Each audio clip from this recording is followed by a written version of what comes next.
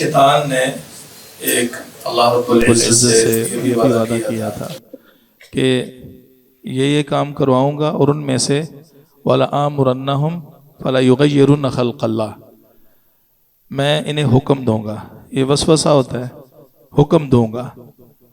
اور یہی بات ہے کہ جو ہم کر گزرتے ہیں نا، جیسے کہ بظاہر انسان آرڈر دیتا ہے، حکم دیتا ہے، اور اس کی بجا آوری فرض سمجھی جاتی ہے، تو شیطان غیر مری طریقے سے کوئی اس طرح کا ٹیکنیکل اللہ کی طرف سے آزمائش حکم دیتا ہے، اور جو اس کے پجاری ہوتے ہیں وہ کر گزرتے ہیں.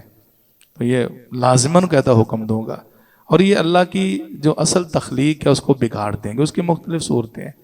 اس کی ایک صورت علماء کرام جو ہے نا وہ داڑھی کو بھی زمرے میں لاتے ہیں. داڑھی میرا موضوع نہیں ہے، لیکن ایک مسئلے کی طرف اشارہ کرتا ہوں. جن کے چہرے اللہ سبحانہ و تعالیٰ نے اس عظیم سنت سے، جو کہ در حقیقت امور فطرت میں سے ہے، جو کہ انسان کی سرشت اور فطرت میں چیز شامل ہے، یہ داڑھی وہ چیز ہے. وہ یہ ہے کہ جب انسان بلوغت کو پہنچتا ہے تو داڑھی کے بال فطرتاً عورت کے چہرے پہ نہیں ہیں، مرد کے چہرے پہ آتے ہیں. اور یہ حکم تب پیارے پیغمبر صلی اللہ علیہ وسلم نے دیا، لازم قرار دیا، کہ جب اللہ کی فطرت اور انسانی جو حقیقی وضاحت ہے اس کو مسخ کرنا لوگوں نے شروع کر دیا. آپ کے دور میں ایسا کیس سامنے آیا، آپ نے منہ پھیر لیے دو مجوسیوں سے.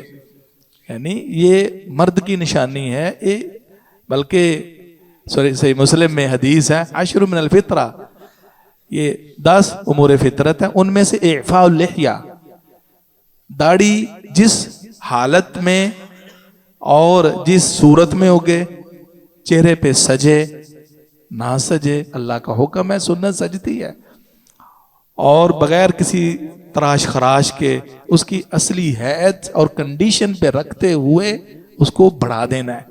یہ اعفاء اللحیہ میرے بھائیوں یہ امور فطرت میں سے ہے. اچھا، امور فطرت 10 ہے، ان میں سے بعض کا حکم استحبابی ہے اور بعض کا وجوب اور فرضیت کا ہے.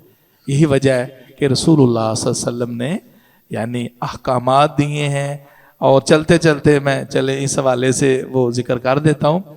وہ یہ ہے کہ احادیث مبارکہ میں جب ہم دیکھتے ہیں نا تو اس میں بنیادی حکم کیا؟ اعفوا اللحیٰ، داڑھیوں کو بڑھنے دو. ایک میں اوفو کے بھی الفاظ ہیں، ایک میں وفرو، وافر توفیر بڑھنے دو، اور ایک میں ارخو لٹکاؤ، عربی کی جو ایک روٹ اور مادے کا معنی ہے، اور ارجو اس کا معنی لمبیاں کرو.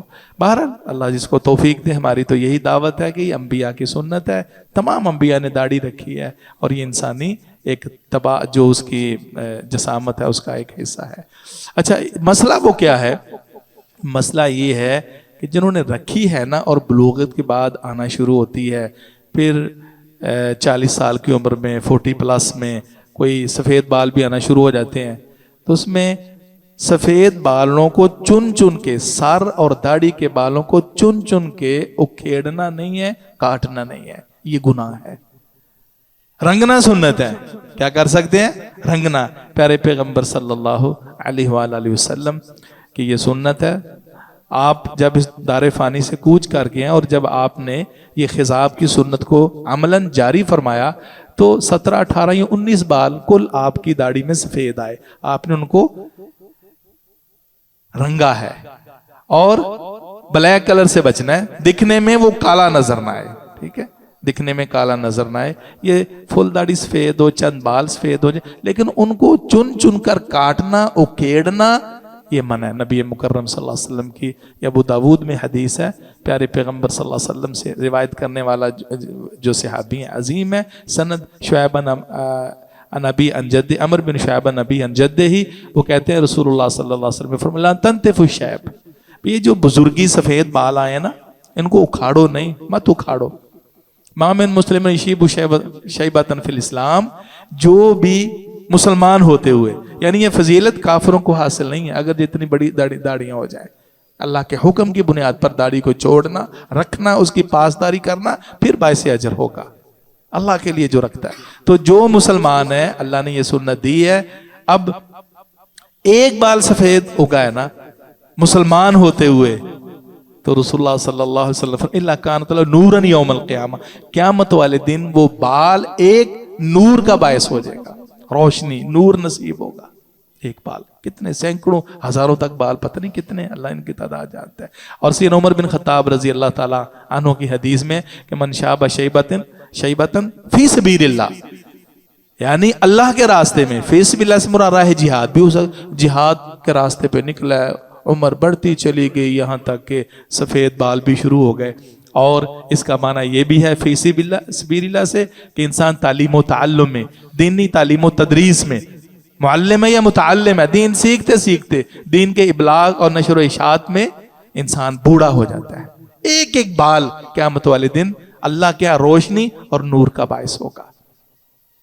اچھا، ایک موقع پر رسول اللہ صلی اللہ علیہ وسلم نے یہ حدیث سنائی، بلکہ ایک اور روایت میں آتا ہے کہ اس نور کے ہونے کے ساتھ ساتھ یہ تو قیامت والے دن ہوگا نا، لیکن ثواب بھی ہے، اللہ رفع اللہ بہا درجہ، اللہ اس ایک بال کے بدلے ایک درجہ بلند کرتا ہے، اور ایک میں کہ اللہ کتب اللہ لہ بہا حسنہ، ایک بال کے بدلے اللہ ایک نیکی لکھتا ہے اور ایک گناہ مٹاتا ہے اور ایک درجہ بلند کرتا ہے۔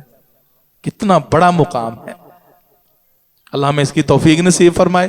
اچھا، اگلی جو روایت ہے نا، اس میں یہ کہ نبی صلی اللہ علیہ وسلم نے ایک مجلس میں یہ فضیلت سنائی کہ جس کے بال اسلام میں مسلمان ہوتے ہوئے دین پہ چلتے ہوئے سفید ہو جاتے ہیں تو قیامت والے دن نور کا باعث ہو گئے۔